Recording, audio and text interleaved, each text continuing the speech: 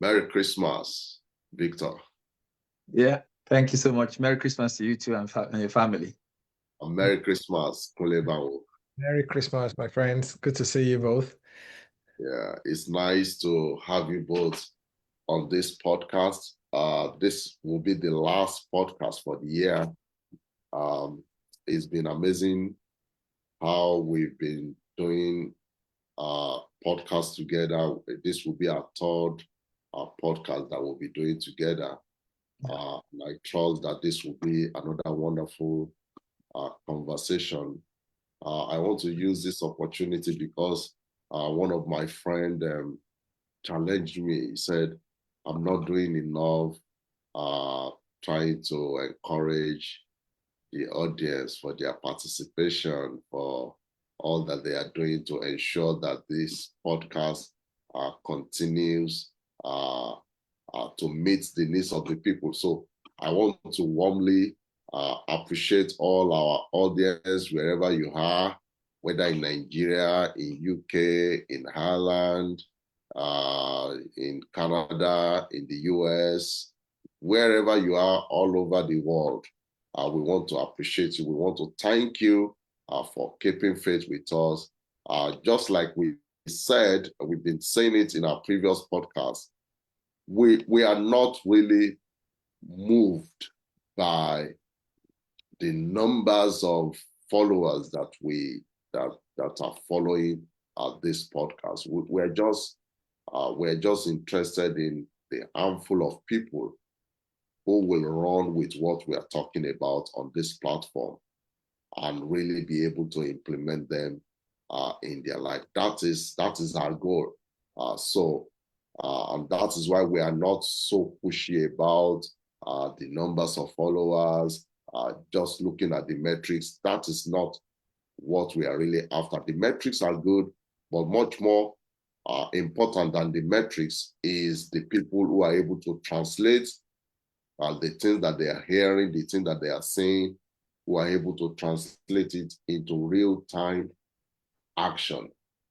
That is what we are basically interested in.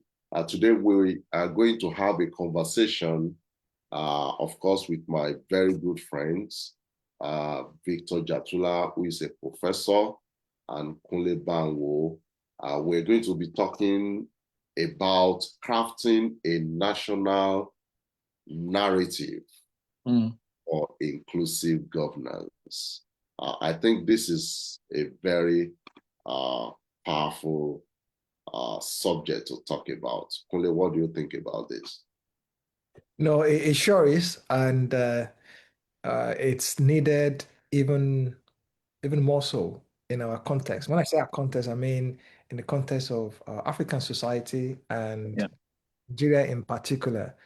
We know, when I say we know, I mean every Nigerian, everyone, whether in the diaspora or at home, they know, we all know what challenges we're facing. We know how dire those challenges are. Um, think about it. For the first time in living memory, at least in my own lifetime, to have Nigeria have an international intervention in Nigeria in the shape of what we've seen the last 1 week or thereabout. That's the first time I've come across that. So that just maybe crystallizes the enormity of the challenge that we face. So the time is not uh, more appropriate to talk about this sort of a thing. Maybe it's even overdue because the lack of it is perhaps where we are. So I'm glad to have to say Prof. Jatu. Yes, yes, yes. Don't worry, I'll say Prof. I will say BBJ. All of those are yours. As it comes to mind. But let me echo your voice, Shegun, to really appreciate everyone who has been with us on this platform. Just to really appreciate you. Without your engagement, then we just so thank you for sticking with us, for being part of the journey. And I hope the journey will become better and better. Amen. Yeah, thank you very much, Kunle. Victor, this question is going to be directed to you. Okay. When I think about national narrative, this is my understanding. A national narrative, I will argue that is a story or stories or set of stories that we tell ourselves that unifies us despite our cultural, political, religious differences or leanings. And these are the stories that we tell ourselves that makes us who we are as a nation. Now, when I look at countries like United States of America and China, for example, we could use several other countries as examples, but let's just stick to those two countries. When we hear about United States of America, whether it is written somewhere or not written anywhere at all, there is something that every American believes in, and that is what we call American dream. And I believe that an American dream is a kind of narrative that people, that generations have told themselves about what is possible in America. And I remember when I did my doctoral research, I interviewed quite a number of immigrants from Africa, from different parts of Africa, from Nigeria, South Africa, Uganda, Liberia, and different African countries. And you could see that what most of these immigrants came to United States of America for was nothing short of the American dream, which means somebody has told them this narrative and it has become so believable that everybody feels that they can take a shot at that narrative. And that is why you see a lot of entrepreneurial spirit, a lot of developmental projects, a lot of mind-blowing initiative from people in America today. And if you also look at some of the movies, in fact, most of the movies that is being produced in America, there are kinds of movies that project somebody as hero. He may face challenges, he may face trials, he may go through difficulties, but at the end of the day, that person is coming out victorious. And that is a narrative that is being crafted by a group of people. Now, I also remember watching Jack Ma. Jack Ma is one of the most successful businessmen from China. I think now he has been kind of silenced a little bit, but when he was really talking a lot some years back, he did a little comparison between the heroes of United States of America and the heroes of China. He said, if you look at the movies coming from United States of America, you see that their actors never dies. If you come to think of it, that is absolutely true. You will never see an actor in an American film at the end of the film. It will never happen. The actor, even if it means he's the only surviving person in the society, the actor will never die. And I think that's a narrative that United States of America is pushing there. And he was now saying that if you compare American movie to the Chinese movie, you see that the Chinese actor, he will do everything, he will push boundaries, but at the end of the day, the actor is going to end up tragic end. He's going to end up dying. Though it's going to be a painful one, but he's always dying. And he felt that this is not the best way to impact the narrative, or to impact the knowledge of people with that kind of narrative. So with this background, Victor, I just want to ask you, how powerful do you think a narrative is, a national narrative for that matter? How powerful do you think that is for a nation like our nation, Nigeria? Thank you so much for the opportunity to be here, and thank you to the audience for being there also. And I appreciate this platform for giving the public and those who are interested in knowing to hear our perspectives. Like you rightly said, the context is quite elaborate, and it's more than enough that the national narrative is like a philosophy. Mm. It's beyond the story. Mm. It's a binding force, and it's deliberate. It's like a good product may do well without commercialization and advertisement. Mm. But a product will go further, will do better if there is advertisement, if there's commercialization.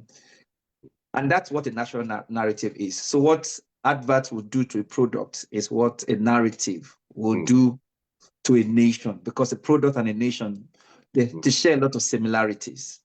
So in the Nigerian context, we used to have a narrative. Currently, it doesn't appear that we had a past. Yeah. The struggle for independence lasted for more than 60 years. Yeah. Way before 1900, when the whole of Nigeria was colonized in 1902, there was a lot of resistance, and the resistance was built around national identity. During amalgamation, when nationalization or nationalism became a contested space, we had a narrative, resistance to foreign rule, and then afterwards it moved to inclusion, to the point that it became independence. At independence, we had a narrative. Those who fought for independence had a vision. The national anthem, coat of arms. Nigeria stood out as a symbolic nation in the Black world, not just as a giant of Africa with resources, but as a country that had philosophy, priority for education, vision for leadership, first television station in Africa, first of many things. However, in the current context, after decades of military rule and those who have inherited power since 1999 and the unfortunate circumstance of ethnicity and the contested space for nationality, there's still something that makes Nigeria stand out, that makes Nigerians different. But there's more to it than we see. So yeah, the national narrative is important. It's there somewhere, but the battle is to regain that space and to retell our stories. Thank you. I think I like the way you've described that we have history, and we can, if we do some introspection, we can actually see what that was. We can say there was a time where a Nigerian stands for something that is different to what we have now. Incidentally, I still think that there's definitely a narrative about any country, about any organization. It depends on who is crafting that narrative. Yes. But in the if you live in the intentional space, then the leaders, the authors, the in inverted commas heroes of that nation will want to wrestle the writing and the promotion of that narrative away from other people, other actors, because if it's in your hand, if you can shape it, then you have a chance of guiding it and projecting it in the best way possible based on what you see. So no, I totally agree with you on that. Yeah. And that leads me to a question to say, I was going to say that is national narrative the same as crafting a vision? That's the question that I really wanted to ask. But I want to also throw a little nuance to that question to say that is a narrative possible if there was no vision? Mm. If there Yeah. wasn't, if there hasn't been a vision that either leaders or the leader of a nation has already seen that says if we're going here and therefore that becomes that is the basis on which a narrative can be built. Or if I want to, I'm trying to present a few options so that I wanted to take which one is best fit. Or is a national narrative possible without a clear vision that's been defined? Yeah, there's a few things to unpack there. And I think great leaders, they always connect tomorrow with yesterday to understand today. And I think it's part of the story of every nation, every leading nation. Yeah, in terms, the countries we compare, I think it's important to say that the countries we compare ourselves with, they've been in the game, some for 700 years, like the UK. That's true. Some for almost 400 years, like the US. And they've gone through teaching process. They've gone through processes of redefinition. The first American Constitution did not work, was cancelled 10 years later. And then this current constitution in the US has gone through a lot of amendments. So nation building is a long process. It's okay to be frustrated with where we are as a people, but that's still part of the process. It's a journey. And when people complain, whether within the nation or in diaspora, it's an indication that things can be better. I think it's part of our human nature to want more. But back to the question, a national narrative has three different parts. It has the future, it has the past, and it has the current tense. The future is the big picture of where the nation is going, where we see ourselves, where we want to be. The past is recrafting our story so that the past supports the present and helps the future. Because where we are going is more important than where we are coming from. So a serious national narrative combines these three parts in such a way that it is logical. People today can see where the country is going and they have an idea of where we're coming from. It doesn't mean that a national narrative includes everything that happened in the past.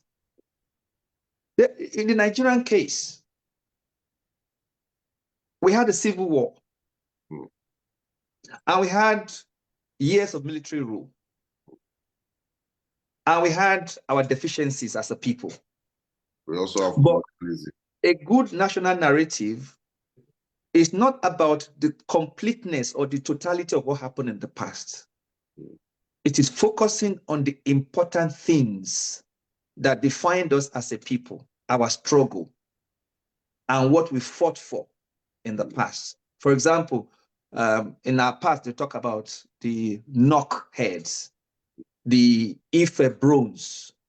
They talk about our rich heritage in agriculture, our ability to fight wars and win wars, to defend ourselves, our cultural heritage, all of the things that are inspirational about our past. And then our future, we project ourselves as the giant of Africa, like the leader of the region, not just the most populous nation with resources, but a country that defines what happens within West Africa and has a stake in what happens in Africa, A people that wherever you find yourself as a Nigerian, you matter. You are there to make a difference. And that future and that past is connected to inspire people today. The tragedy currently is that national narrative, especially on the international scene, we are competing against a Western media that is more resourceful, more powerful, more global, and very ideological. Because the way Africa in general is projected is not what we are. There are several researches. I did some of it myself. How Africa is projected in the Western media, Western, powerful, global media. Africa is not projected as an equal. Africa is not projected as a partner. Africa is not projected as a continent with history, a continent that contributes, a people that are intelligent. The Western projection of Africa, of an African, is subordinate, poor, disease, disaster, destruction. Yeah. So at the global stage, we don't have enough resources. We are not really that committed to telling our own story. We have a story. However, that story is being drowned at the global stage deliberately, so that Africa is deliberately kept where it is. Poor, voiceless, non-producer. And that narrative is sweet, is good for the Western world, the global world. So it's very important for us to start retelling our stories. But there's so many ways that we are being held back. And there's a lack of consensus, not just within Nigeria, but across the continent, to do things for ourselves, by ourselves, on ourselves. So I'll give you an example. The African Union, the budget is subsidized by the European Union by 50%. So imagine the highest political organization in Africa that evolved from the OAU, which is called the AU, is being funded up to 50% by the European Union. Remember, whoever pays the piper dictates the tune. So we don't seem committed to change the narrative. Our leaders,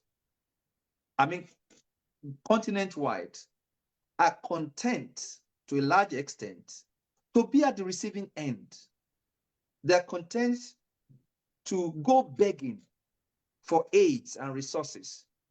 The idea that we have to be self-sustaining, we have to tell our own stories, we have to speak with one voice, we have to challenge the economic structure of the world. It's not something that they're very keen about. So long as their families and their cronies are happy, contented, they have resources, the continent and the vision of the continent and the hope of the young people across the continent is not something that they really take serious. And that's why it's very difficult to have a distinct national narrative, because our voice is like a drop.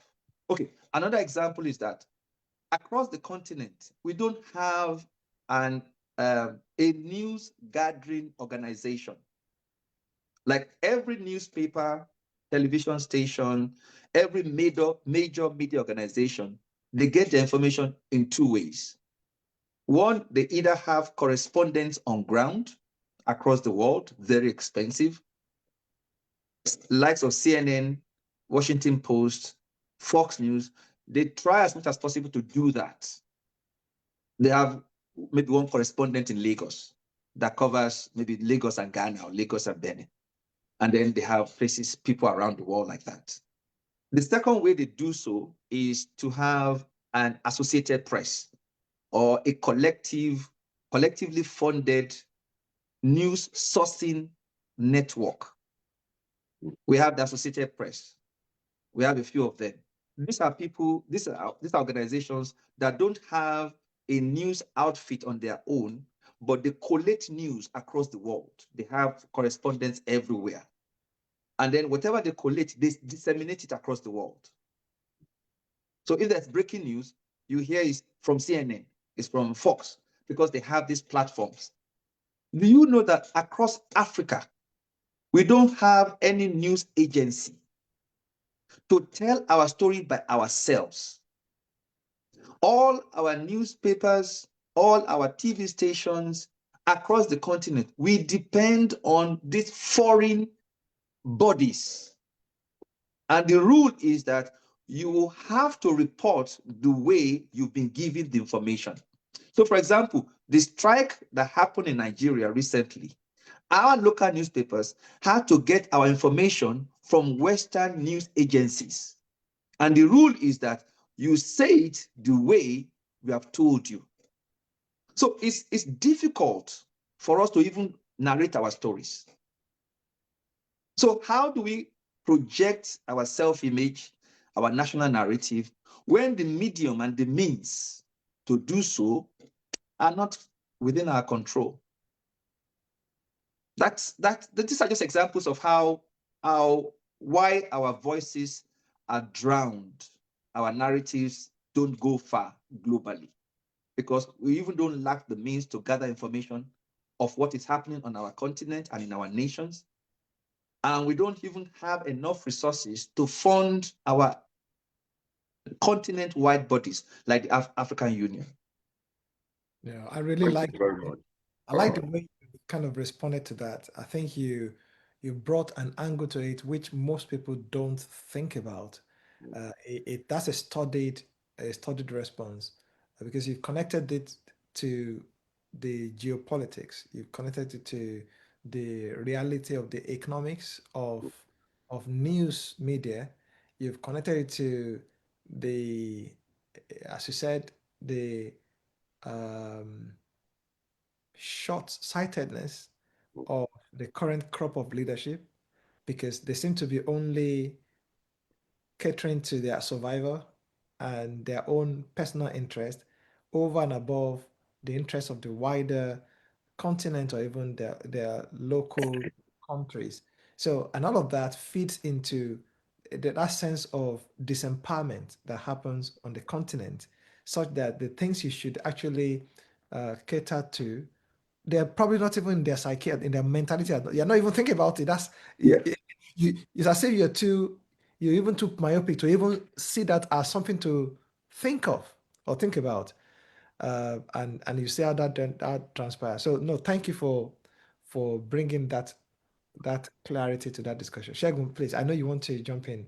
Please carry on. Yeah, thank you very much, Victor, for that well presented explanation as to why we're having challenges trying to tell our own stories as a nation. But as we all know, on this podcast, we are not just known for identifying problems. In fact, the essence of leadership blueprint is to also offer a kind of to present an alternative way of doing things so that the things that we think that cannot be done can actually be done. Well, I get it when you say there are barriers, there are challenges, there are difficulties in trying to tell our own story. But at the same time, I also want us to understand that there is a proverb that says, the journey of 1,000 miles begin with a step. The meaning of that is that regardless of all those challenging situations that we have in our hand, that may prevent us from telling our own stories the way we want to tell it, we still have to start somewhere. Yeah. That is where the crux of the matter is on this podcast. I know you mentioned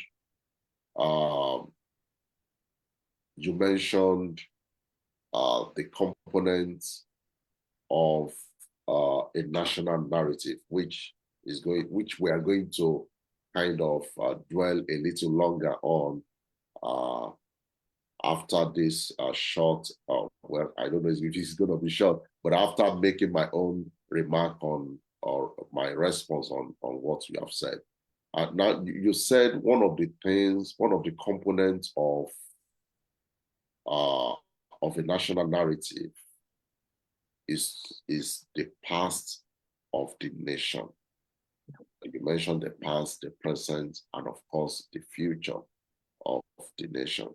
And even by our own making, we are by ourselves, by every means possible, we have by ourselves tried to erase even our own history. I don't know of any Nigerian that is born in the 80s, even 70s, that can effectively tell the story of the emergence of Nigeria as a nation state. I had to recently begin to do some research in that area that made me to understand why we are where we are today. Now, there is nobody that can effectively tell the story of the Civil War, for instance, without understanding what happened the first 5 years that preceded the Civil War. There is no explanation you can give about the Civil War without visiting those critical 5 years that preceded the Civil War. Those 5 years were very, very critical to the Civil War. Now, some people have deliberately, they are deliberately wanting to bury the historical account of that Civil War.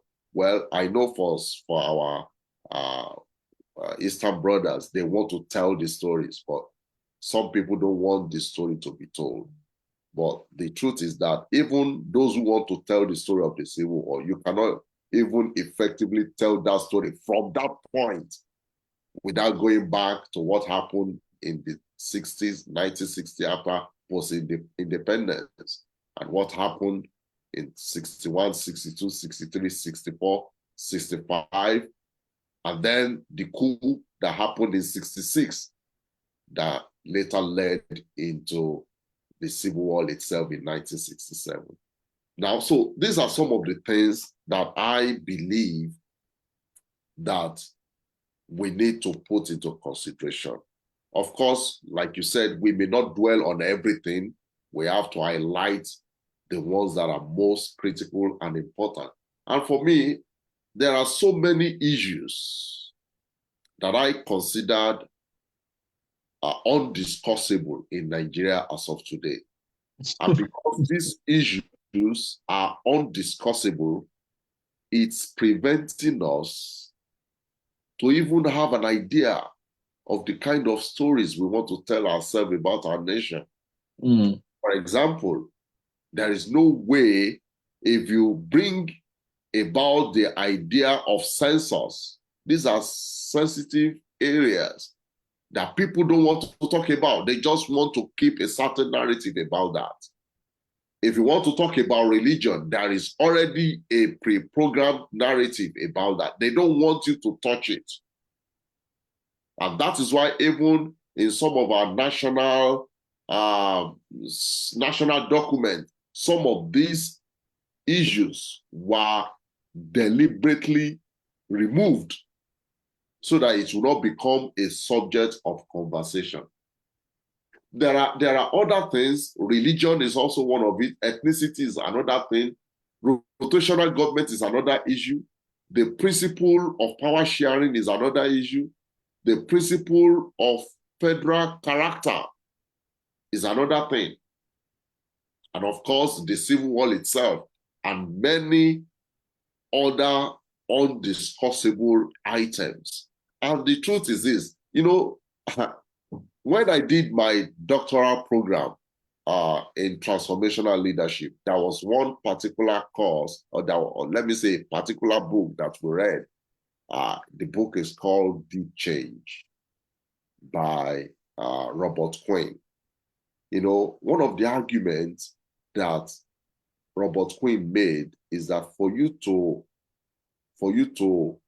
initiate a deep change, not just a surface, a change that is on the surface. If you really want to really change things from the inside, one of the things that you need to put into consideration is to bring those issues that you don't want to talk about and bring them on the table and really talk about them. And the truth of the matter is, in Nigeria as of today, these issues, the moment we raise these issues, we don't always want to talk about them. We are always running away from them. And so long as we continue to run away from these issues, there is no way we can have an effective national narrative. I know, Victor, you are a professor. You have done a lot of research in researching about African democracy, the politics in Africa. I know that you know how probably these things could connect the past, the present, and the history. In fact, it is when you mention that the future narrative of Nigeria is that we conceive ourselves to be African giant. It is now that I can even connect that seems to be true. Giant of Africa. That is what we are projecting, but we are not even there yet. No. But Victor, I just want you have highlighted those components. How can we amalgamate those three components? Our present narrative, our future narrative, our past narrative. How do we amalgamate all these issues that happen at these different times? How do we bring them together to form a coherent national narrative? Very, very rich question. I think it's complicated to some extent. We're all victims of our past, both at the individual and at the national level. And our past is not just some relic. There's a connection between yesterday, today, and tomorrow. I'll give an example. Slavery happened in the US. Yeah. And for over 400 years, people from African origin were taken into the United States as slaves. It was first addressed in 1865 by Abraham Lincoln,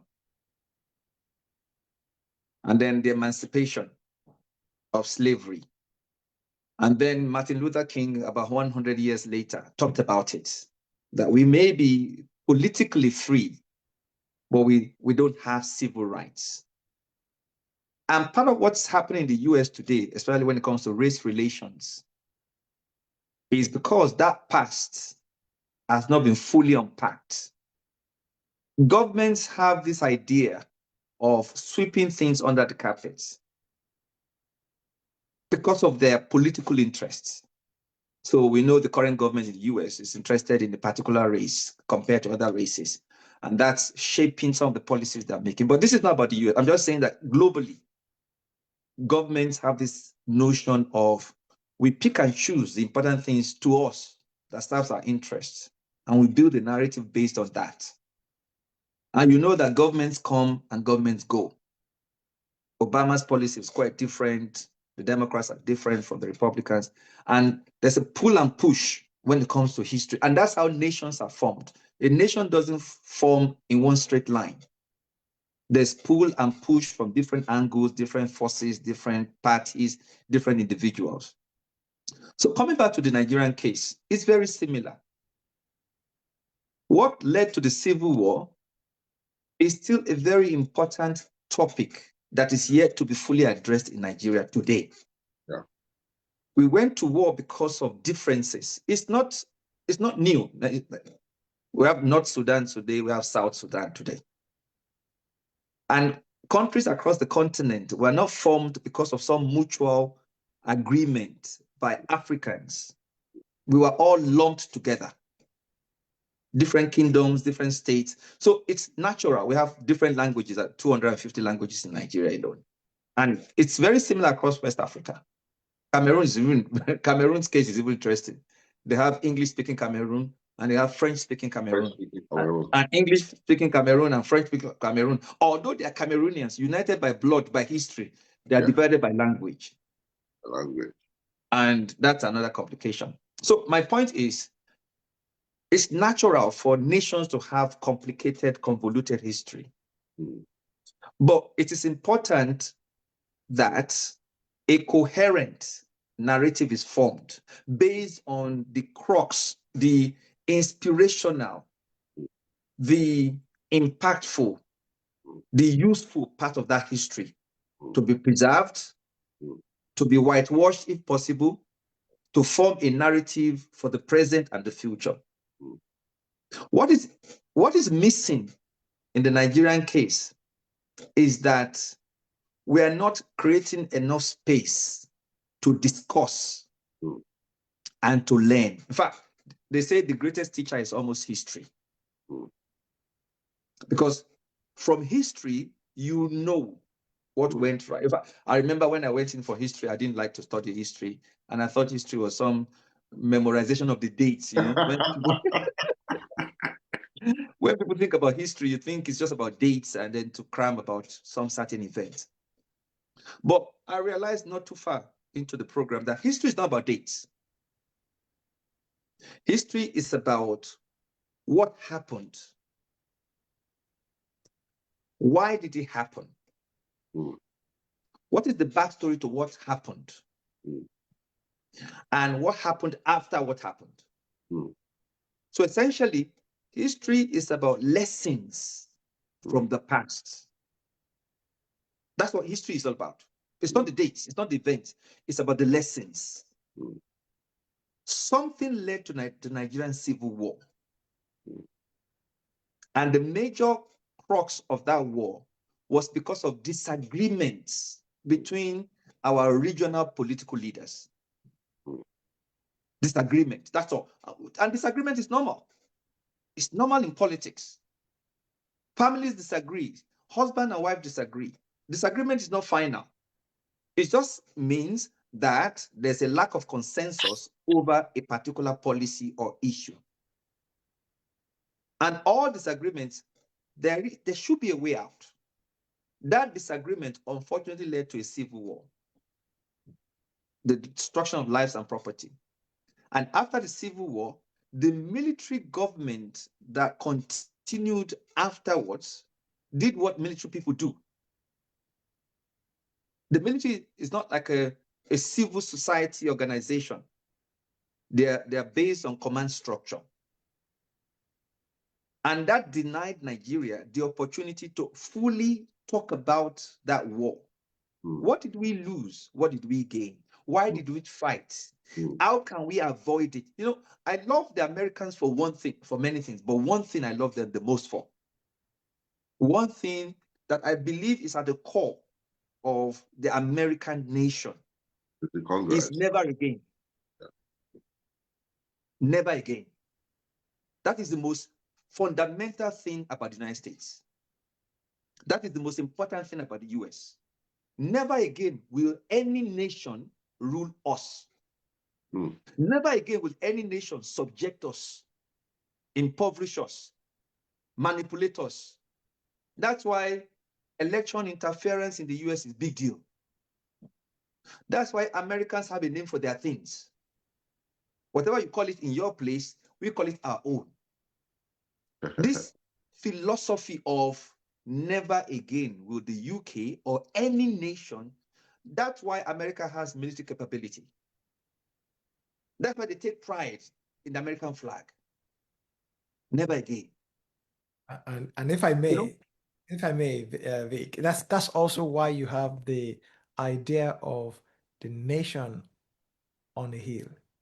The idea that this nation is Ah, is created to lead.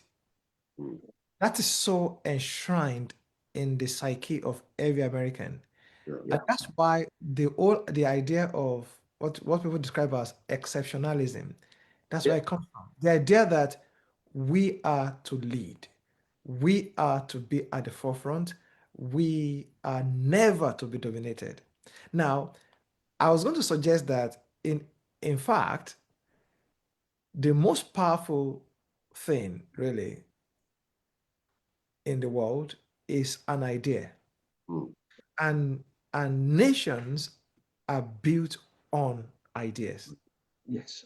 That idea that you are describing, which in other words, we can actually probably say is a narrative, is literally what dictates what each nation stands for and how each nation is. United Kingdom, for example, when you hear things like Britannia rule the waves, shall never be conquered.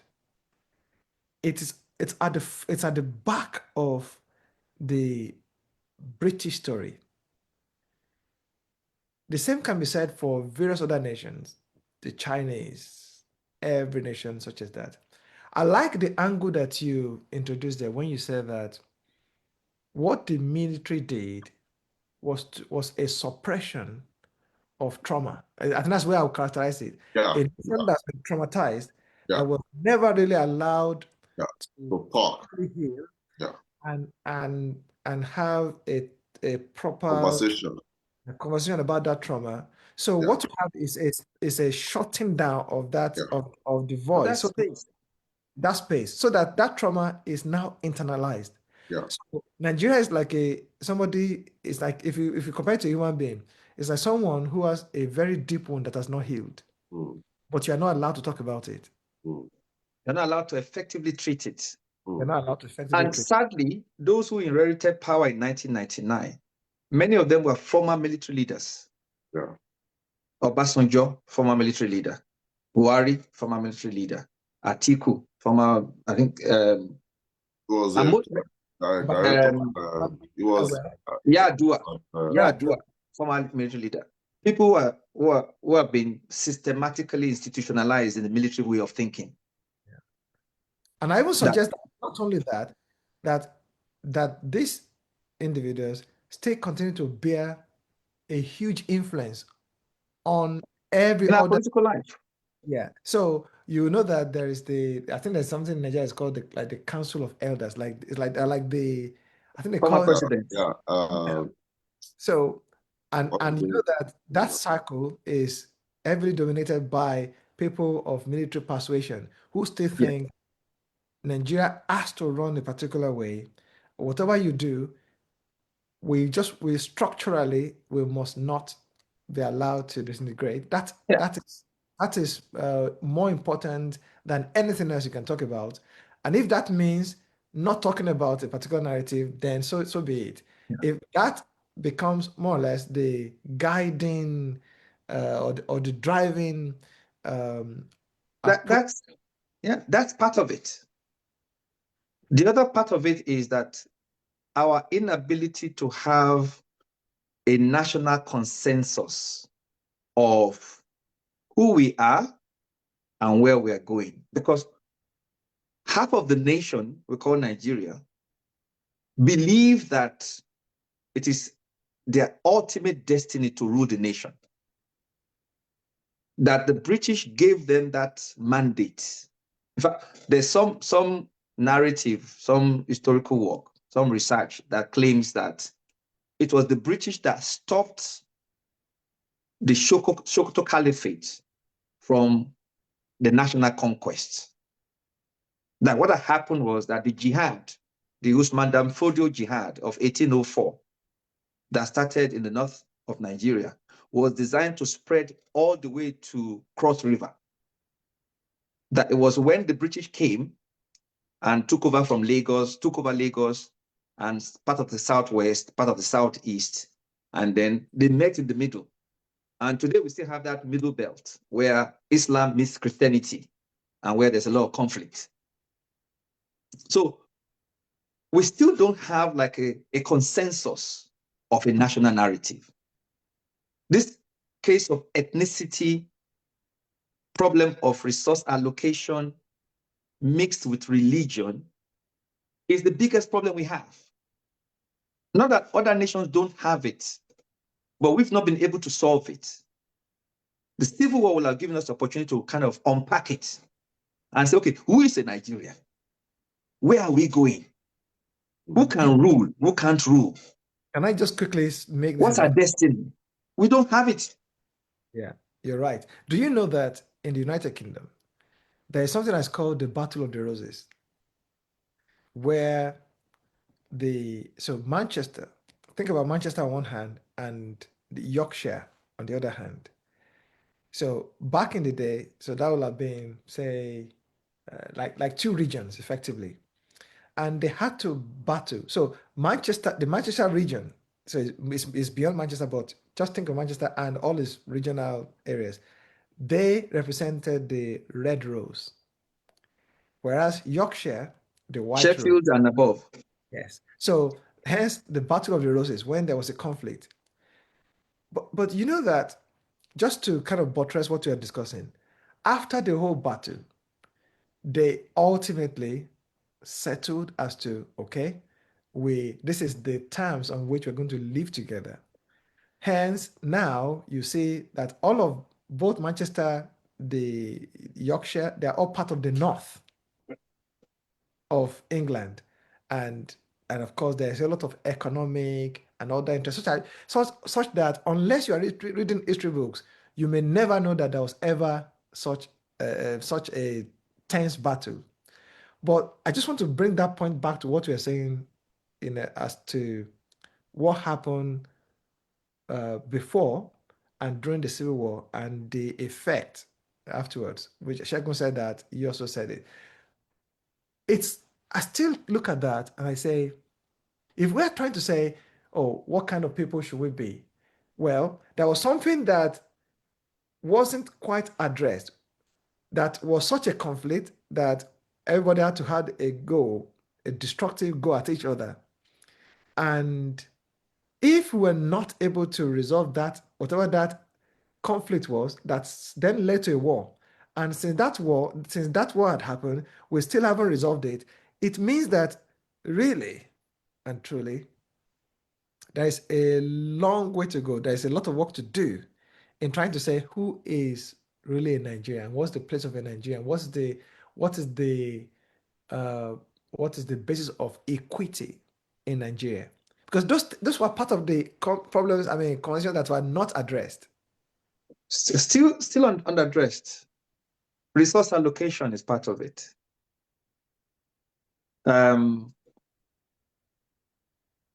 Political parties are still part of it. Religion is still part. These are not problems that are just unique to Nigeria, but they are problems that have not been fully discussed, fully unpacked, supervised by leadership that is genuinely interested in Nigeria. Remember, we've had 2 national sovereign conferences, which is an awareness. I'm just about to talk about that. Okay. We have a problem. We've had 2. But part of the question to ask is, what was the composition of both conferences? You know, when an idea becomes ripe, what happens in Nigerian case is that it's often hijacked. At the start, Obasanjo was against it. Then when he agreed to convene a national sovereign conference, the selection of representatives of communities were people in the political class. So they did not reflect the needs of the people. And both conferences did not come out with anything tangible. There was no resolution. There was no admission of errors. There was no forgiveness. It was just, let's do it for the sake of doing it. Both failed. And we're still back to the question of when a Muslim becomes the president, probably the next time because of rotational presidency, We're still going to go back to the same process of, I'm going to surround myself with all Muslim ministers, and we're going to do everything in the interest of the North. And when a Yoruba or Igbo president or Southern becomes the president, it's still going to go back to, we're going to do everything for the South. And this back and forth about ethnicity, complicated by religion, is holding a nation back from a collective national narrative. We're yet to address our past. We can't fully talk about our future. And currently, Nigerians are running everywhere in the world because of the crisis of the lack of national identity, national definition. Nigerians do well outside Nigeria. But within Nigeria, Nigerians are frustrated. 100%. It's not because we as a people have a problem. No. But the context or the environment in which we operate in, frustrating. And that's not what one individual can fix. No. But my first trip to the US, what? This is America? You see part of New York like Lagos. Yeah. This is the US, my God. You see poverty, homelessness. There's more crime happening in the US than anywhere in the world on a daily basis. Gun crimes. Yeah. But the US is packaged like the best nation to be in the world. And what is behind that?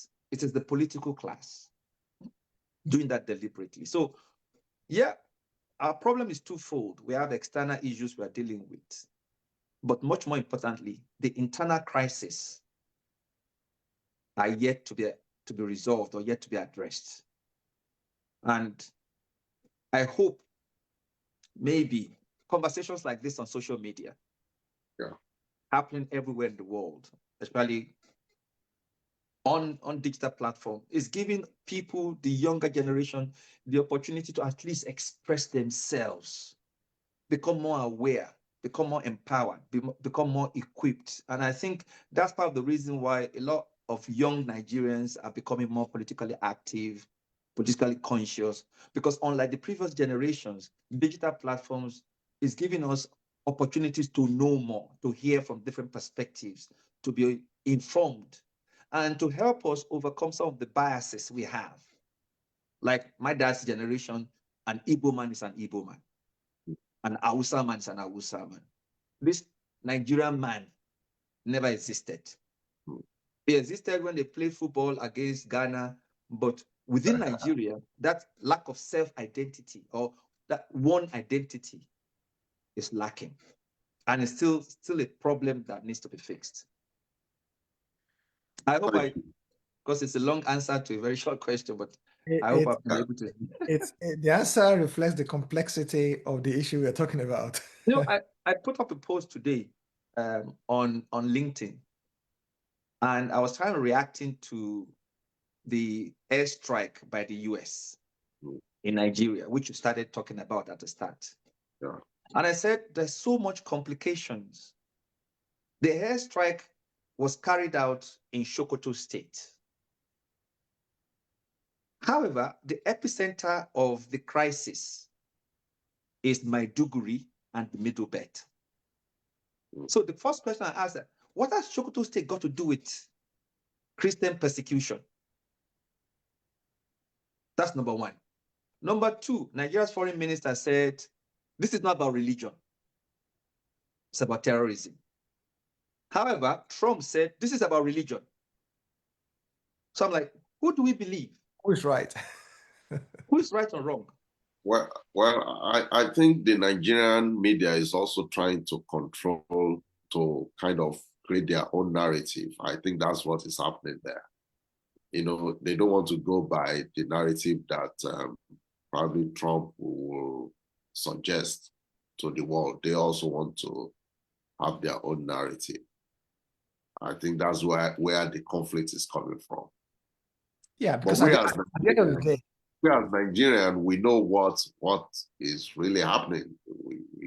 There is no denying of the fact that it's both a terrorist attack and it's majorly a religious. But if you take religion out of it, why attack Sokoto? And if you watch a lot of Yeah, because that is media where reports, the terrorism is being coordinated. yeah, You know, if you watch a that lot is of where Western media intelligence reports, comes in. yeah, for The example, for me, coordination of what is happening in Yobe and Maiduguri and in all others, in all these places are being coordinated from Sokoto. It's like having a base somewhere and then your activities is happening somewhere else. That's what is happening. And Well, somebody we can say that's an assumption for now until it is verified in. yeah, but that should tell you the level of intelligence that US has. They are not just dealing with the crisis itself. They are looking at the root cause, the supplier of the crisis. Yeah, but listen to somebody's perspective. He said both the US as a nation and the current president, they are not people who do something for nothing. Yeah. Nigeria is definitely going to pay for it. There is no doubt about that. And there is nowhere US military intervention ever happened that Really? that place remained the same.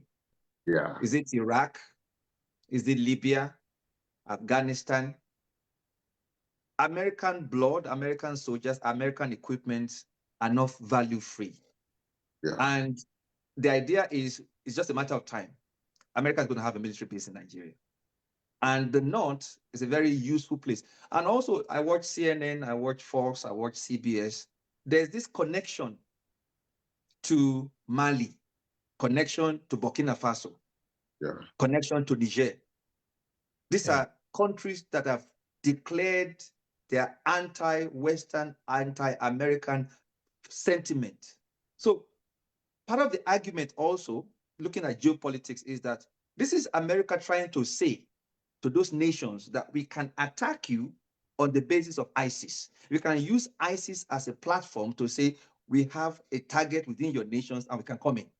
If they can come into Nigeria, they said that Nigeria provided intelligence to the US. We have intelligence to give to the US.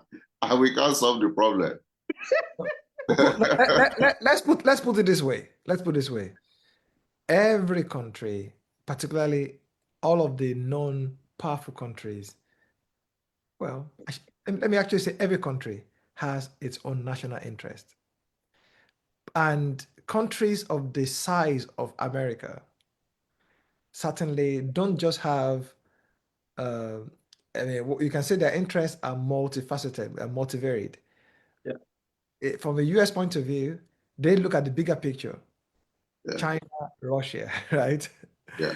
It's beyond just Nigeria. Yeah, definitely. I completely agree with you. So, and they would never have I'd like to have lost Niger. No. When when they had to move their base from there. So certainly, and if I was surprised to know that they actually have an arrangement with Ghana. So it was from Ghana that the surveillance would came in to look at Nigeria. So it shows you that countries of the size of America, and they certainly have. There's a bigger picture they're trying to. Oh yeah, they're trying to stop this influx of Russian influence, Chinese influence. Exactly. Remember, not long ago there was a coup attempt. Yeah. In Benin Republic, which was stopped. Yeah. So I think there's an awareness that we're losing our grip in the West African region. If Nigeria collapses, it's going to be like a disaster. And imagine the number of Western companies, Western interests, African resources that West Africa provides to the West. Yeah. So some people are thinking or saying that this is okay. You are denying Nigerians asylum seeking. You are denying Nigerians visa to come into the US. But all of a sudden, you are so interested in most Christians in Nigeria that you have launched an attack in Nigeria. And you are claiming that this is against ISIS. My first question is when did ISIS get to Nigeria? Okay, well, I've never had in any local report, any international report of ISIS in Nigeria. We have Boko Haram, we have kidnapping. It's always been ISWAP though. There's the Islamic State in the West African province. So these are all these are kind of things that has been going on for a while. Different versions But or I different. wanted to say this though, just to kind of round up my thoughts. That as US and all the big powers have their interests, so also Nigeria is also trying to protect its own interest. But the problem here is that the Nigerian interest more or less stands on these weak legs that we have been talking about. The fact that we have issues that we refuse to resolve. Resolve. So we've fundamentally weakened ourselves. We don't have a national interest. That's my point. That we do with the our national interest is we do actually, but it just stands on a very weakened footing.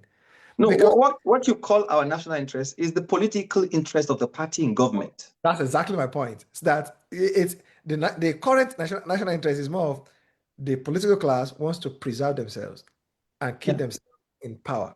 Period. Yeah. So I think look at it this way. Why is Nigeria's military that we went to Benin to fight? Why are we incapacitated locally?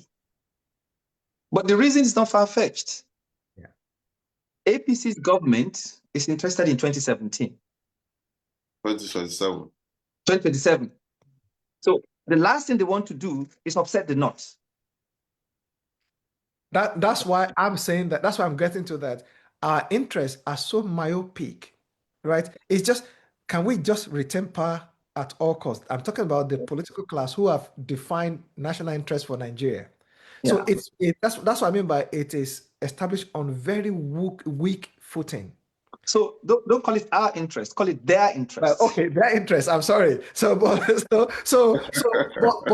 where I'm going with this is this: if you are trying to fetch water with a bowl, and you are contending with people who have a reservoir that is as big as a whole that as big as 100 fields.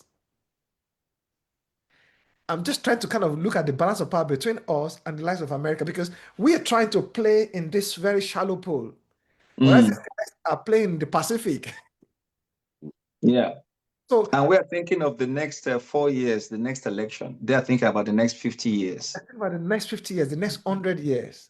So I'm trying to say that we're shooting ourselves in the foot, more or less, Every by day. making ourselves almost of no consequence.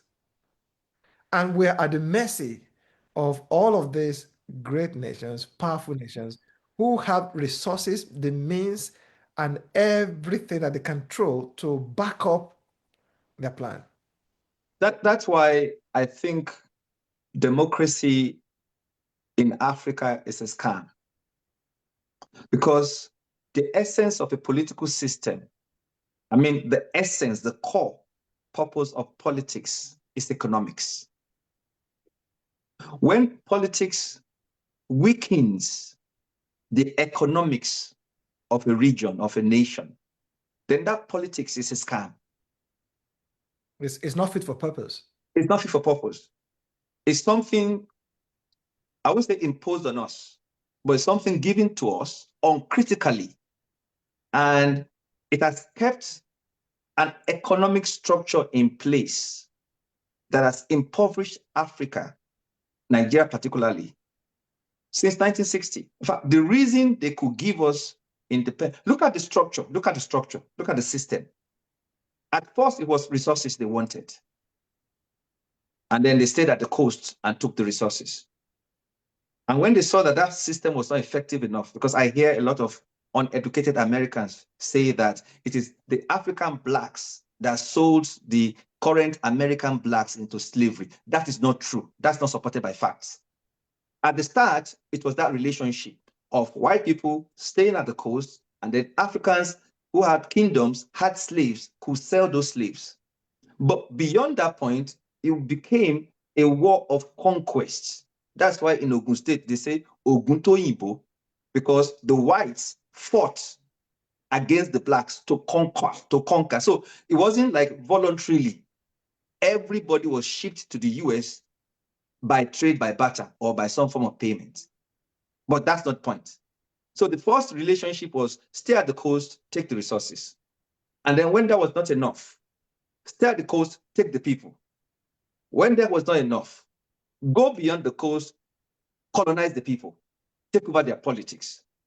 And when that was useless, that we don't actually need to directly rule them, in the 1960s, they gave us independence.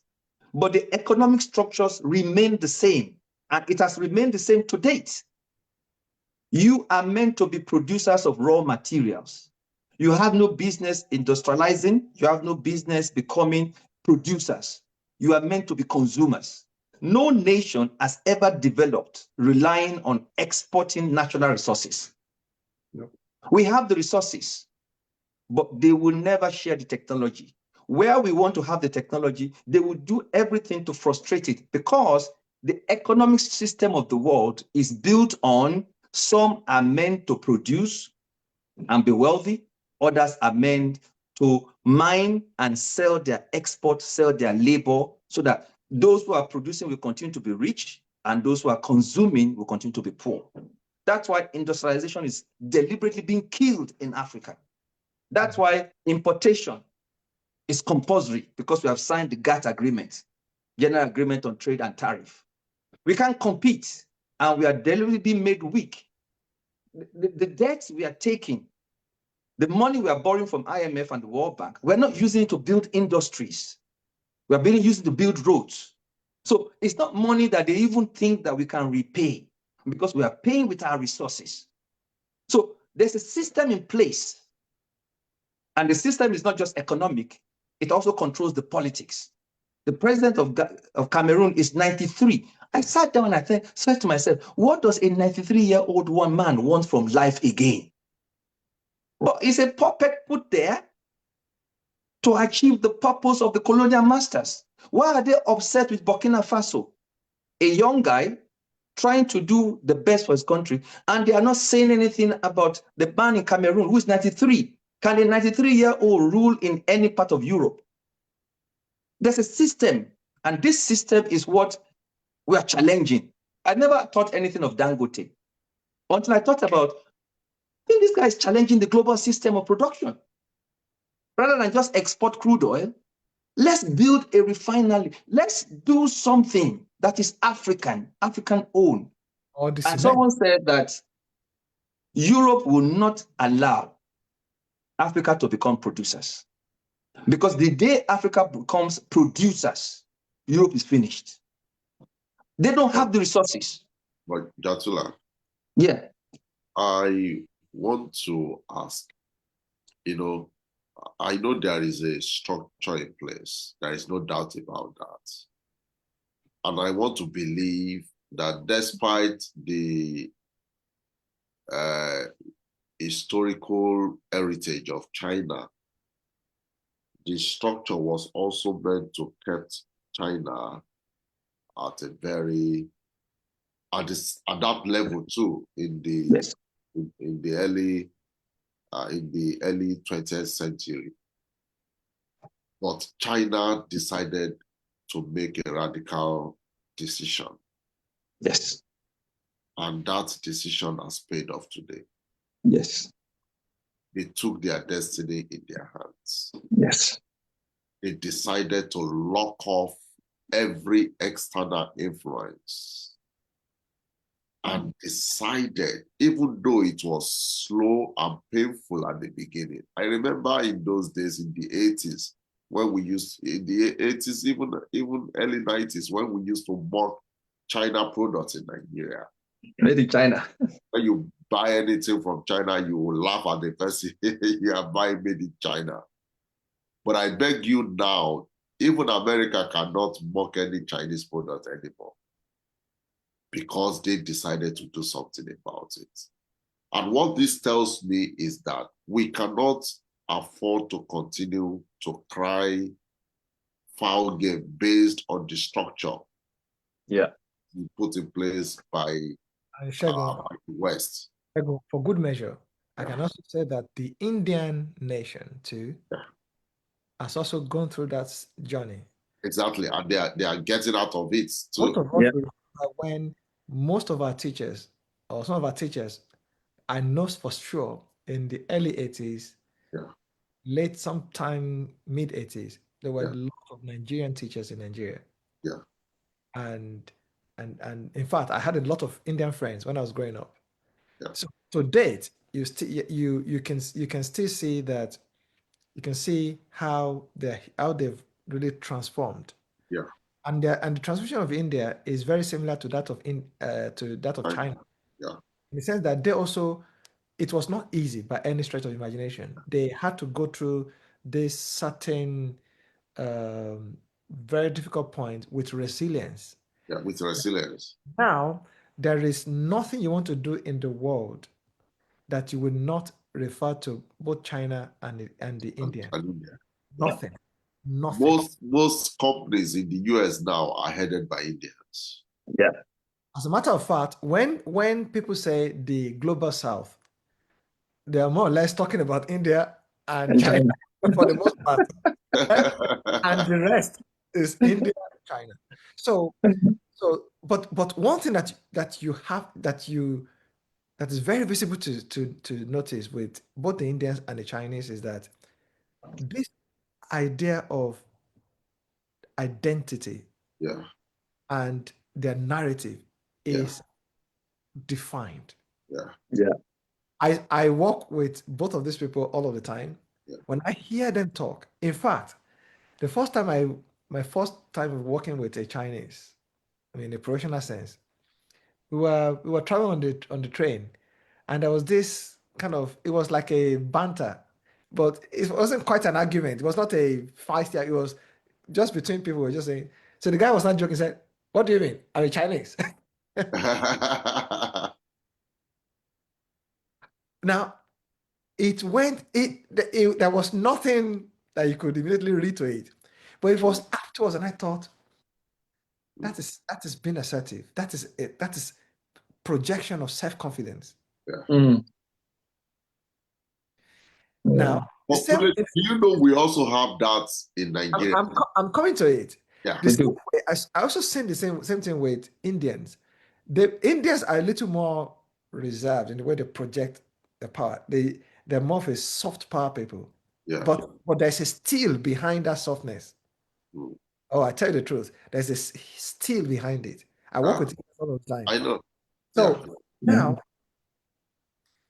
they also are projecting that, such that when you see the President Modi and you see some of the adverts, they will say made in India. Yeah. They want to make everything in India. That's how they're projecting their strength. In fact, there is no IT organization that will not prefer to deal with China. Yeah. For the most part. So, but there is a particular narrative that is forming around the Nigerian, which is that people want to be more of, shall I say, friendly. They look at the Nigerian spirit as something that is indomitable, something that Nigeria know they carry last. these guys will find a way. They will they will just not be surprised. They will just there's that narrative that's been crafted about Nigeria, not by the political class, as we've been talking about. By the Nigerians themselves. Yeah, I think it has to do with our nationalist leaders, those who fought for independence. They truly had a vision. They truly had a vision. And the secret of national development is out there in the open. That's why the Chinese are doing well. That's why the Indians are doing well. But to beat the system, you have to understand the system. What I think is a major problem with our current leaders in Africa is that they still do not get the system. The association with the West, loans from the West, political directive from the West. Any African leader, the first place they go to is the West. Their best advisors are from the West. They're trying to reproduce development using the Western model. But 400 years, it's not worked. What we should be doing is should be learning from the Chinese and the Indians who have a separate ideology. Not that they are haters of the West, but they understand the West. The West is not going to, US is not coming to save Africa. Yeah. Europe is not going to save Africa. We are not going to use their policies to develop. And that's, I think, the point that you are trying to come to, that, okay, it's not enough to just talk about the problem, but the foundation of the solution is to first understand the problem. And then tackle the problem. The major problem is countries that become industrialized are the countries that become wealthy. That's it. Period.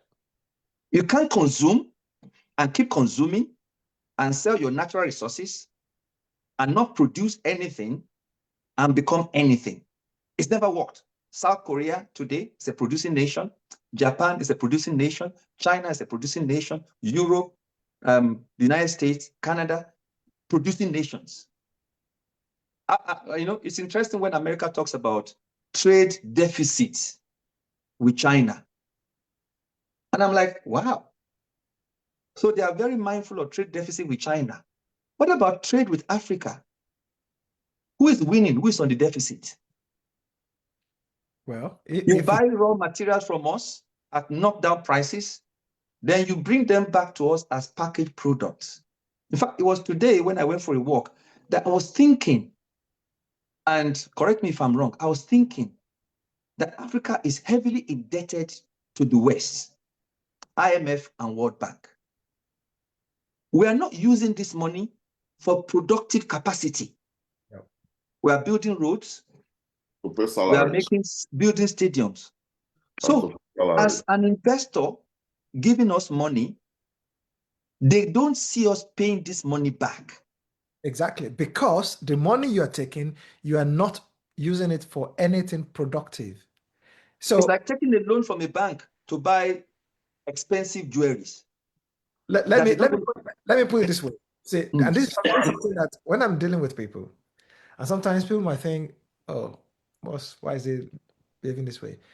I say that if you need to go and borrow money to do something, i.e., to do something that is more of a non-productive thing, you are not going to be able to repay that loan. That's number one. Second, your capacity to be productive is also severely compromised. Because there's a reason why you did not have it in the first place, because there's no productivity.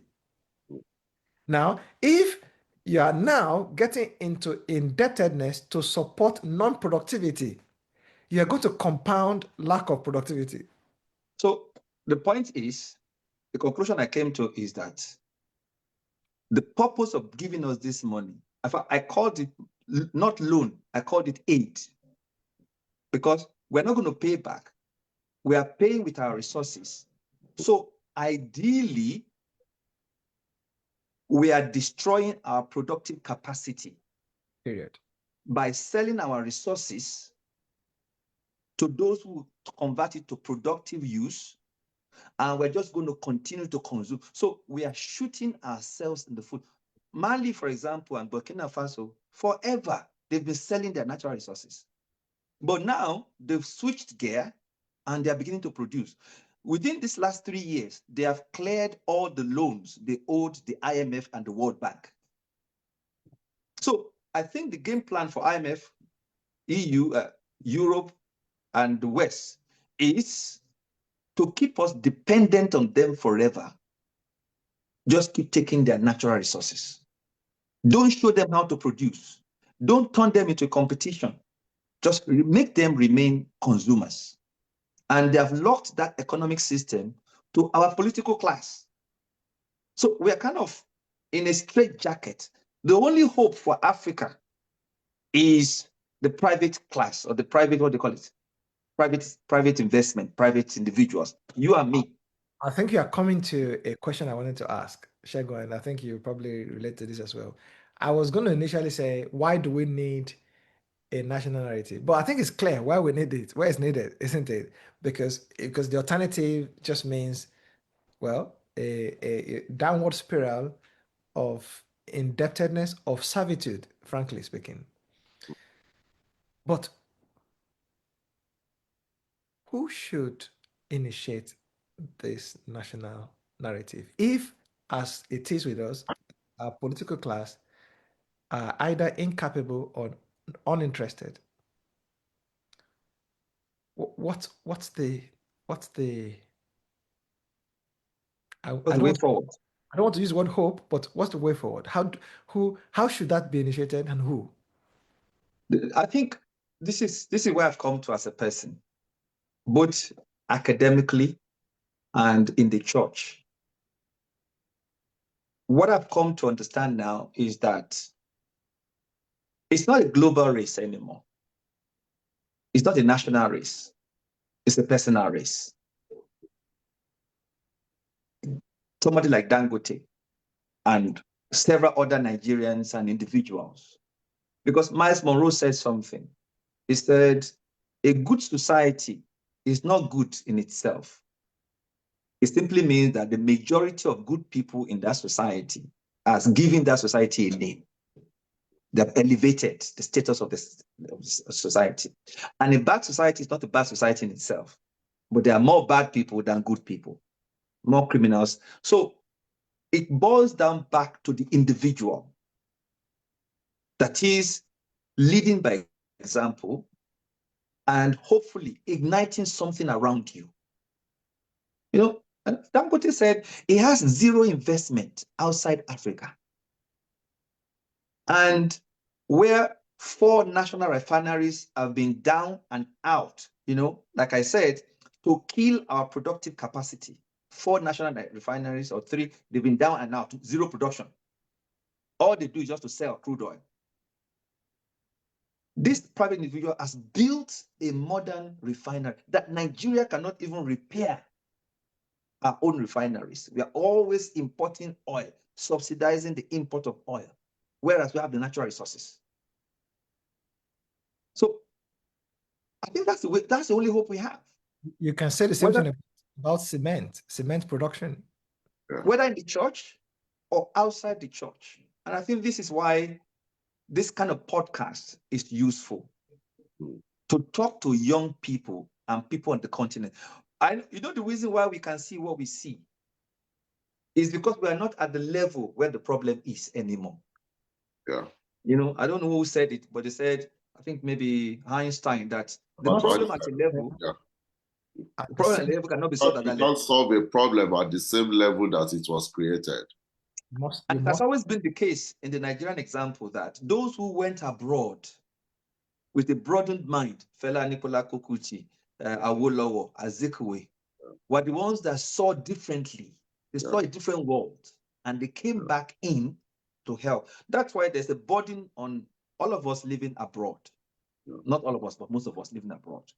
Because, for example, those I went to secondary school with that never traveled, never left Nigeria, Nigeria has happened to them. I mean, their mindset has been beaten down to the point that they cannot even productively engage. The system has swallowed them. Yes. Do you know, BVJ, let me suggest something, because sometimes, and I am trying to read into the mind of our audience, Shegun, those who are saying that we're not encouraging people, our audience, you know, because sometimes there is probably an unintended that I'm hoping this. Let me just. I'm hoping that our audience are not hearing that we're suggesting that only people who are outside of Nigeria can see better. That is not the point, because we know people who are on the soil of Nigeria that are seeing better, that have the kind of mindset that we are talking about here. So I don't want anyone to mishear us. Yeah, that's a very useful point. Very useful point. Now, my point here is that somehow, unless there is a re-education of the mind outside of the common parameters that we see, that one is used to, then you will still see things as you've always seen them. Something must inform you to say, wait a minute. And then you're able to go outside of the common narrative parameters and see, as it were, from the outside. Yes. And I can give good examples. We've mentioned Dangote. There are perhaps a few that maybe, admittedly, maybe not a lot of examples that we can point to, but there are other few like that who, by reason of the exposure of their mind, both intellectually and experientially, they're able to see that there is something else possible. Yes. And those are the few shining light that we're talking about in Nigeria as to people are saying, you know what, I cannot afford to wait for an uninterested political class or perhaps a compromised political class. I cannot look abroad for salvation. If anything's going to change, I have to initiate it in my own Yeah. space. Yeah. And I think that's what we're really saying.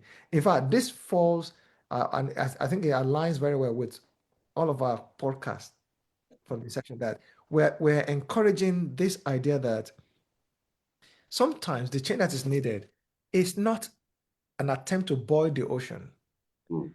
is to look at a small, manageable space that can be impacted, that we can do something about personally. Yes. And this is, and I agree with you, this comes to the crux of the matter, that I suppose that each individual have to redefine their own narrative Oh, yes. and say, Oh, this yes. this is what this has to mean for me. Now, inevitably, because say if there's been so much damage done, I mean, unless there's something revolutionary that happens, you can assume that it may take a bit of time before you start to see any resemblance of change, positive change. We well, who knows? Yeah, But yeah. Well, I get what you're saying. And I think the point is, um, nothing is fixed forever. yeah, And remember, during the French Revolution, during the Cultural Revolution in China, power ultimately belongs to the people. What the political class gets and they do, or the wealthy class also get and do, is when they keep us divided. However, when we decide to come together as a people, the greatest change is change from the bottom. It's most cultural and doesn't have to be violent, but it's more of you doing your stuff, I'm doing my stuff, and we push the government either to realign or we push the government out of the way.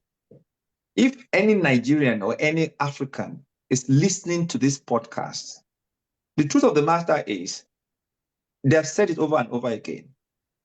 The system is designed to get us out of Africa and come and do second-class labor in the West. A few people become educated to the point that you can compete, but the majority of Africans come here with low self-esteem. Your education is invalidated, and you are here to struggle all over again. You can't go back home. You can't stay here really because documentation is a problem, asylum seeking, immigration, before you get your documentation. But the point I'm trying to make is that we have to ask, at an individual level, begin to ask ourselves, what can I produce? What can I do? Africa is still the most virgin, fertile, largest market in the world. It's the best place to invest because anywhere there's problem, there are opportunities and there's wealth. And we also have the youths. We have the youth population to back it up.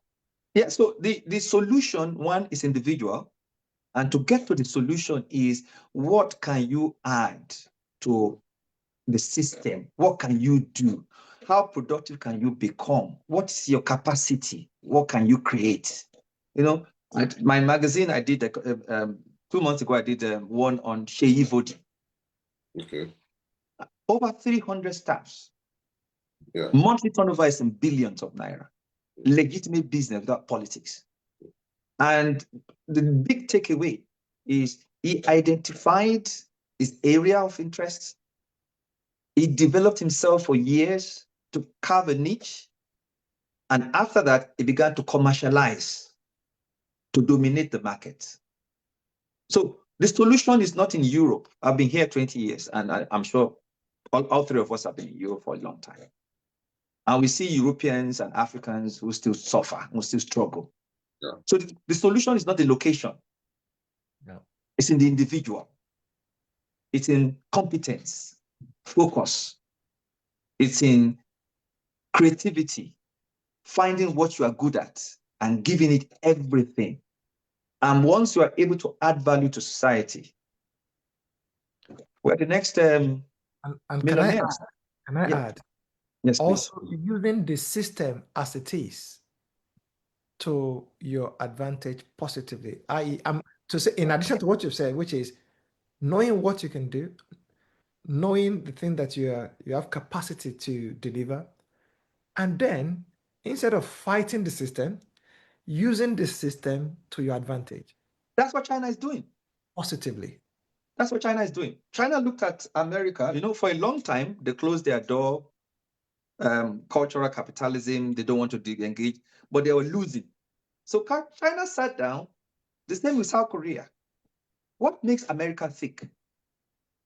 It's productivity, manufacturing. Oh, okay, we can't compete. We'll start with made in China. We copy.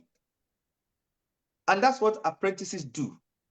Whether you're an apprentice pastor, you are a PhD student, you are an apprentice in the capital shop, mechanic shop, you watch what your master is doing and you learn. And after you become competent to a certain level, you start adding value to it. In the 80s, made in China was fake and rubbish. But today, they've worked on the process and the system. So it's a process. And I want to point an observation, and if I don't know if I'm the only one saying this way, and I'm trying to look at if I'm to characterize China, India, US, Nigeria as human beings, just as an individual, and look at their character profiles. If I take an Indian, you know what I see? I see a human being that has drive with humility. If you look at an average Indian, an Indian may be very educated, but they have a way of moderating themselves in a way that the person they are competing with or they're working with will not see them as a problem. yeah, They easily earn trust because the average Indian has a heart to serve. So it explains why, if you look at most employment, most organizations, you see a lot of Indians there, and they seem to earn the trust of other cultures very easily. If you look at the character of a Nigerian, I would describe as a human being who is boisterous, who can say, oh, who It sometimes, can be very loud sometimes. oh, I want to use a word, who is like, I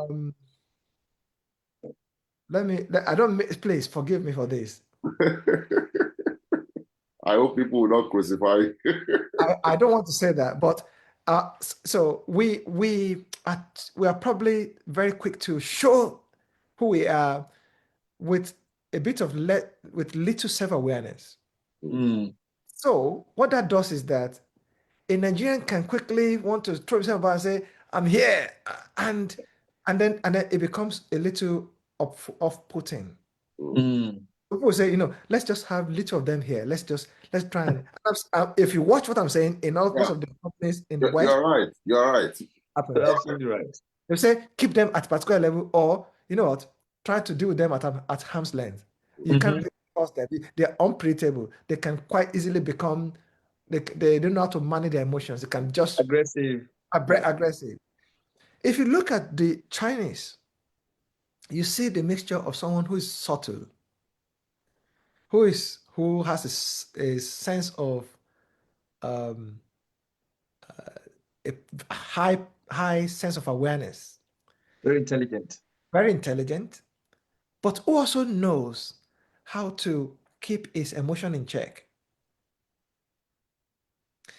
So when you see a Chinese in a place, they they know how to position themselves with a bit of smartness where they can. They're not going to be at the bottom.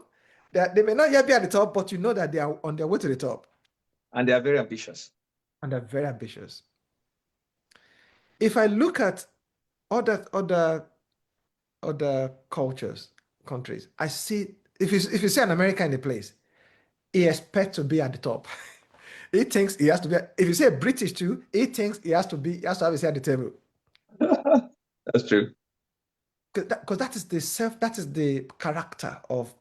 Now, my suggestion is this: that to me, and I say this to my fellow Nigerians, we need the ability to. Yes, we can be very bold. We believe that we should exercise the same self-confidence like an American, like a British, and say, no, I'm not gonna take it and fight. But sometimes we need the ability to moderate for self-moderation so that sometimes if needs be, you can stoop to conquer, you can stoop to win. That's true. I agree with you. Sometimes what I've seen is that Nigerians will quickly want to be very loud and shout, are very boisterous. If a Nigerian is in a place, in a hall, you will know because we will speak very loud, everybody will hear us. Whereas those things, to me, even though we're trying to project ourselves, but we can be wiser about it. We can be wiser about it so that what we are aspiring to, we can get there rather than a barrier being put in our way and say, no, I've seen you. If I dare give you anything, you are going to want to dominate everything and cause trouble. Sorry, I've tried to speak in parables, but this is very important. Yeah. As individuals, we're trying to say, I better take charge of my own narrative and build my identity. But we need this heightened self-awareness where we're able to keep things in moderation, whilst not losing that inner drive. Yeah. Although I 100% agree with what you've said, but on the other hand, because some people say that these are signs of people coming out of an oppressed, repressed society. If you have lacked something for so long and you finally get it, you become loud about it because you feel that, after years of deprivation, now I've arrived, quote and unquote. Yeah. Although that's a negative thing, but the positive side of it is this drive that they have talked about Nigerians everywhere, that we are loud, we are aggressive, we don't know failure, we want to win. And it has made us really stand out as Africans. Right. I think the major thing is to aim higher than where we are and be more humble in the process. Yes, because I think you made my point for me. That's my point. It's the ability to mix, is the ability to not unnecessarily attract enmity whilst you're trying to achieve something. You can do something and you have not lost your drive. You're still determined. Yeah. But you are humble and ambitious. You're humble and ambitious. You're not just creating enemies for the sake of it. Yeah. A lot of Africans don't like us. That's exactly what I'm talking about. Exactly. I'm trying not to be as specific as that, but that's the reality. That they feel we're too aggressive, too loud, too domineering. Too domineering. And you see, maybe if perhaps, and I agree with you, because what I notice is this: if you're in a group and you don't allow people to talk, the first time you give them a microphone to talk, you almost regret it. You think, what have I done? Because and is what I call it. I'll call it compressed energy. I'll call it constipated energy. It's there, but it's like you've compressed a spring. If you release it, it just bounces off and all that. Or you've compressed gas in a cylinder. If you remove the cap, it blows. And I think yes, but I'm strongly advocating for that because I can see that we are capable of so much more. There's so much more that can happen, and we shouldn't get in our own way. Yeah, very important. Very valid point. I take that even on board personally. Well, Yeah. I think we should be rounding off at this point, but before we round off, I just want to do a little bit of tying things together of all that we've said so far, because we are talking about how to craft a national narrative for inclusive governance. And what I can hear from all of us about the unspoken or unwritten, not unspoken, unwritten narrative about us Nigerian specifically is that there is a sense of resilience in us as Nigerians. You know, because you often hear people say Nigeria know they carry last. That's so true. That's a narrative we have crafted for ourselves. You can't even point to anybody as being the first person to say that, but everywhere, even among political elites, especially for those of us in the diaspora, is a common phrase that we often tell ourselves that Nigeria know they carry last. And that speaks a lot about the spirit of resilience that yes, as a people. Yes. And secondly, I also think what I can hear us also talk about is our winning mentality, our excellence, the drive for excellence. Yes. You know, I think we also have that as a people. There is no household in Nigeria that you can't find a graduate. You see education as if education determines everything for us as a nation.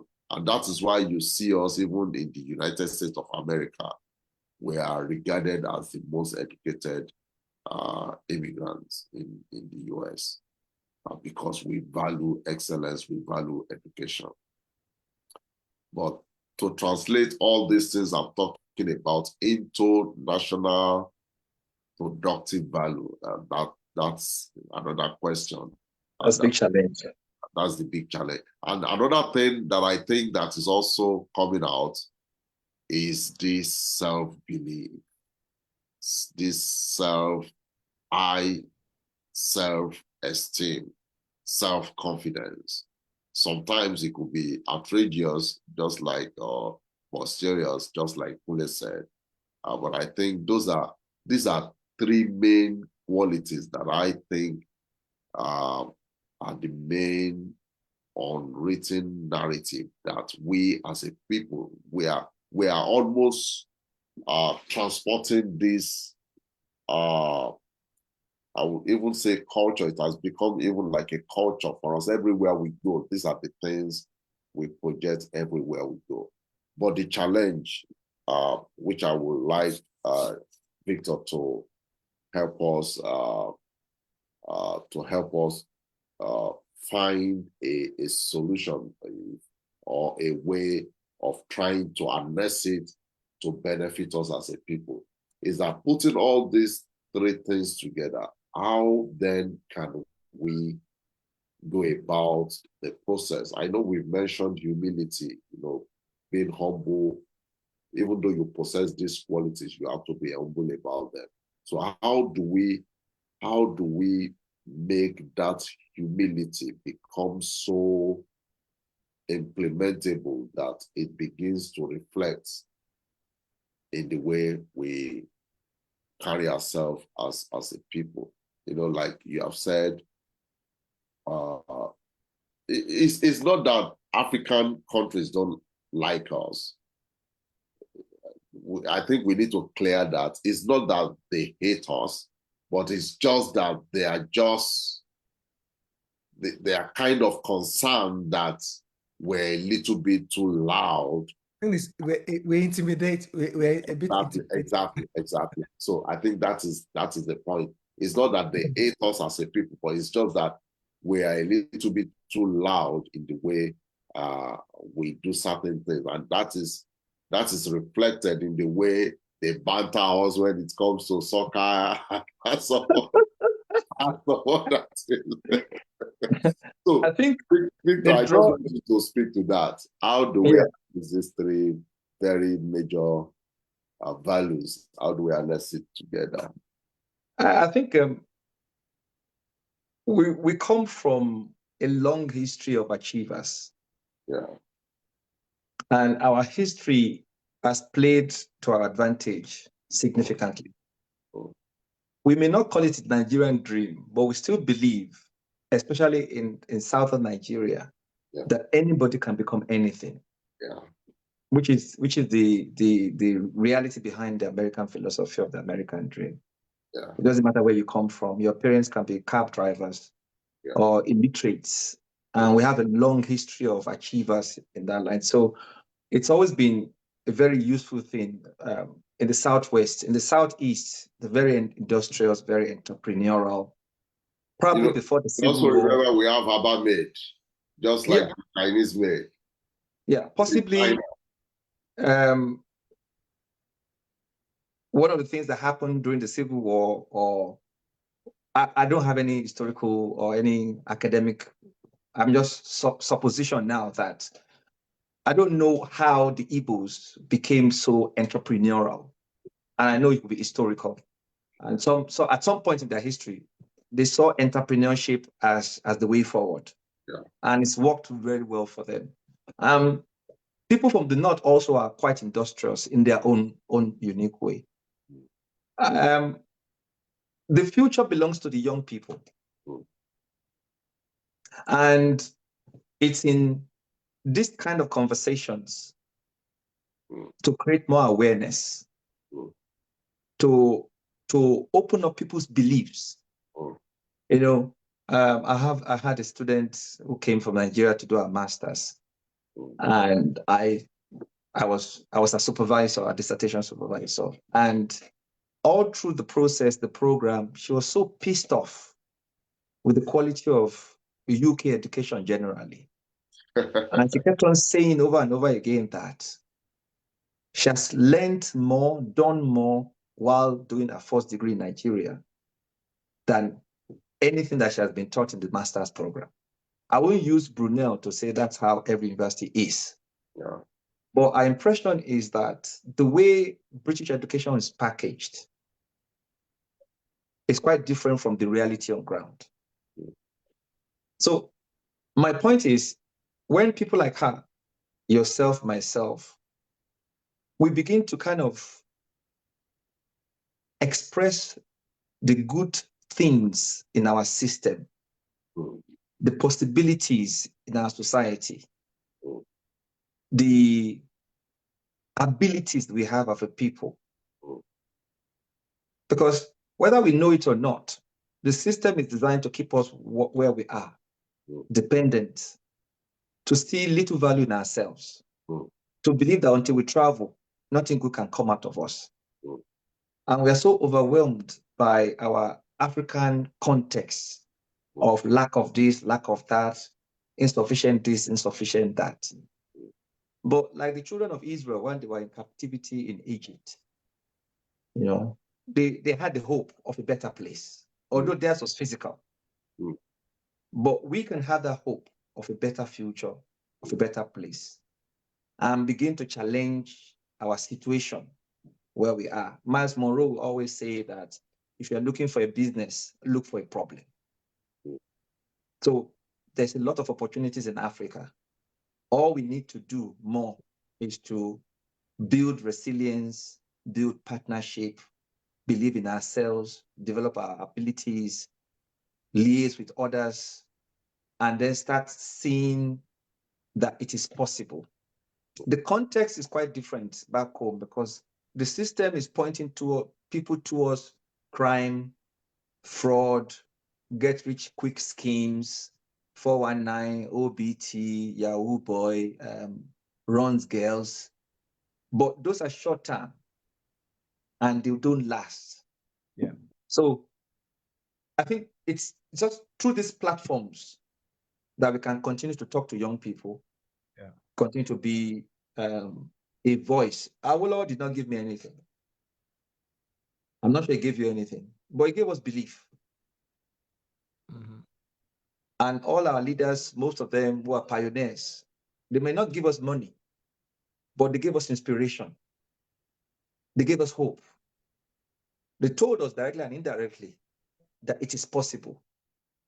And some of those things they said and they did that we saw are the things that keep inspiring us to believe in ourselves. So, yeah, I think that I will say is the future. I'm Yeah. not giving up on the current leaders that we have. But having said that, the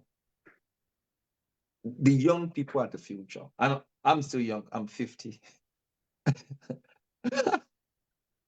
I'm Yeah, people in their you're 40s still a and their youth 30s and their in Nigerian 30s. context. Yeah. No, So I agree with you. wherever you are as a person, don't give up. Don't let the environment consume you. Believe in yourself If and I have if an I can image echo of your what you want to voice, be. Yes. if Go I on, can sir. echo your voice, right? Value creators are people who see things as they could be, not Mm, as they are. mm, Problem solvers are people mm, who see what can be done differently, mm, things could be, mm, which is the same word that we use for visionaries. Visionaries who say, okay, it is like this right now, but I see something else. And Yes. and what I see is worth going to. We can aim for that. Let's mm, pursue the actualization of what we're saying. And in reality, this is there's a reason why, if you look in scriptures, vision is most often associated with the young, the youth. yeah, the youths. Young men will see vision. Mm, And the reason is very simple. Physiologically, emotionally, and everywhere. Someone yeah, who's young has energy to say, "No, I can fight. I'm not going to allow this." yeah, They can express their frustration in a way that is actionable. yeah, But what we're saying is we're talking about channeled energy, like, Yes. ability to channel energy to productive ends, to say, okay, I accept that things are not as they should be, but I am I can see the alternatives and mm, I'm willing to back it up. I'm willing to Mm. back up what I'm saying. I mm, tell you what, this is the very reason why some of those young men back then, I'm talking about the likes of Awolowo, Azikwe, and the other nationalists, they were all young men. Think about yeah, it. When they started their various yeah, programs, political they just saw careers. that we could have a different kind of nation. Yeah, And everyone else who has created anything at all of significance, whether you're talking about the guys in the tech space or guys in the other areas of productivity, that's what has always happened. Someone saying, okay, I can do XYZ. Incidentally, we are not talking about stories that are, you know, arm's length stories. We're talking about things that individuals also in our current, even with all of our challenges in Nigeria, in other African states, are already rising up to. See, this is the goodness that I say about God. There is never you cannot snuff out the light of every nation, no matter how dark it is. That's true. I know very definitely there are people right now who are saying, you know what, real estate in Nigeria, we're going to do something about it. yeah, Agriculture, and they are doing something about it. Yes. In spite of all the challenges that we talk about. mm, Yes, I know that the majority may not, maybe discourage and say, you know what, this is just way too difficult. But there is always a ray of hope.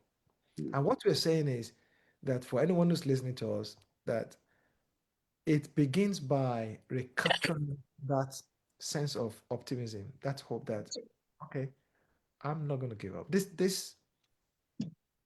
I don't, I keep saying that it's futile to try to boil the ocean. No, I'm going to put water in a kettle and boil that kettle. So Mm.